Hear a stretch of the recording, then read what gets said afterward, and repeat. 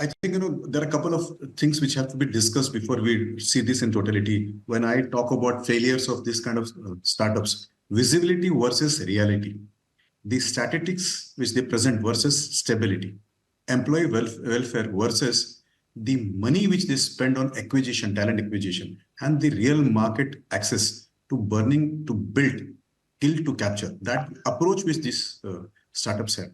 I've seen that burning of their capital to acquire clients, customers, or to have talent acquisition without thinking about the after effects is one of the reasons that they burn up their cash, their capital, and then they land up into this kind of situation. A. B, many times we blow them up. We create a halo effect around those founders, and then they start getting awards. They start speaking in forums, and then they think they are beyond the market forces. So, as rightly said by my previous speaker, the governance model of that corporate is a problem. Two, lack of experience. And three is the PPT versus PPT. So when I say PPT versus PPT, one PPT is purely the PowerPoint presentation which you give to your investors, give it to your client acquisition team, versus the people process technology implemented in your organization thoughtfully. So I think they rely more on the PPT to do PowerPoint presentation rather than relying on the people process technology thoughts in their organization, and then they create this kind of problem. So if you see KOO or any other Baiju or any other organization which has failed, one is the corporate mechanism which is there, and two is their reckless burning of the cash to acquire clients or talent. That I think is something which is going against us. So this comet effect, where you see the star larger than its original size, those of the moment that energy of the cash is down. Really, that point is well taken. Vinit market. Goenka, what do you think about this in terms of our tech startups? Do you think there is an imbalance in the kind of spotlight that they are put in, the kind of investments that they are able to draw?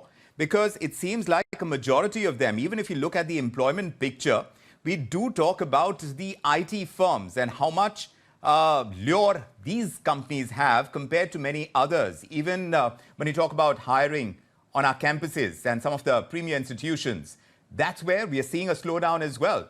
So in terms of their ability to be able to draw investments, drawing the best talent, is it the tech startups that find themselves in a spot of bother, according to you? See, talent acquisition is always been a discussion point, and what is the balance? I really don't know. I can't guide anybody on that. But one particular part is that what is the cost of talent acquisition has to be discussed by the board, and they should be realistic. Number one. Number two, as the technology will cannibalize the earlier technology, the need of the man will be reduced. So we'll have to understand in coming years, we will find lesser need of human beings because this will be replaced by better technology, which will have less hands requirement.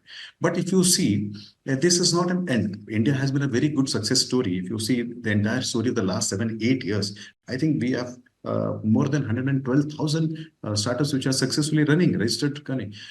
The penetration of internet, or whether the affordable access of data, whether the spread of smartphones, or maybe the culture of coming online by even those who were not educated and thought that they will never come, has helped people to grow their system. But your product has to be real product.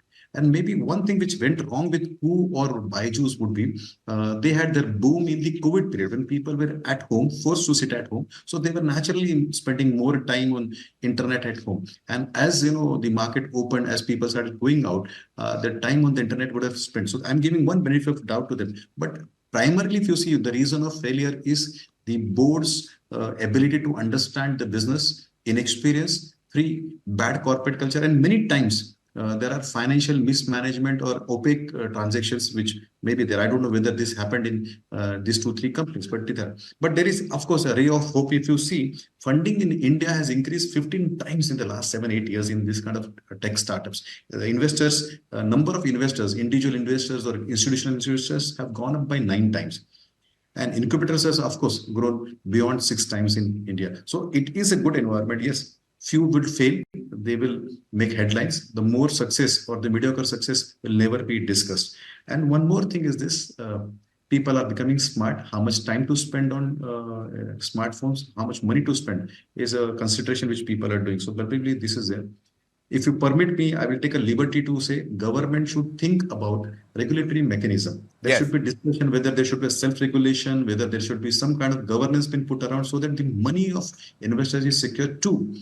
Employment of the employees also secure. And third, these people, they disrupt the market. Now, you have not asked me the question, but let me take liberty of using word of Baiju. They disrupted the market. Because of them, many classes, many coaching classes, many tuition classes closed down. Professors, teachers working in the traditional, conventional coaching classes joined them. Correct. Now, those professors have not job. Students don't have good coaching classes in the neighborhood. So, they have disrupted, and they have killed the entire ecosystem. And as a country, we will lose because, the students will not get. So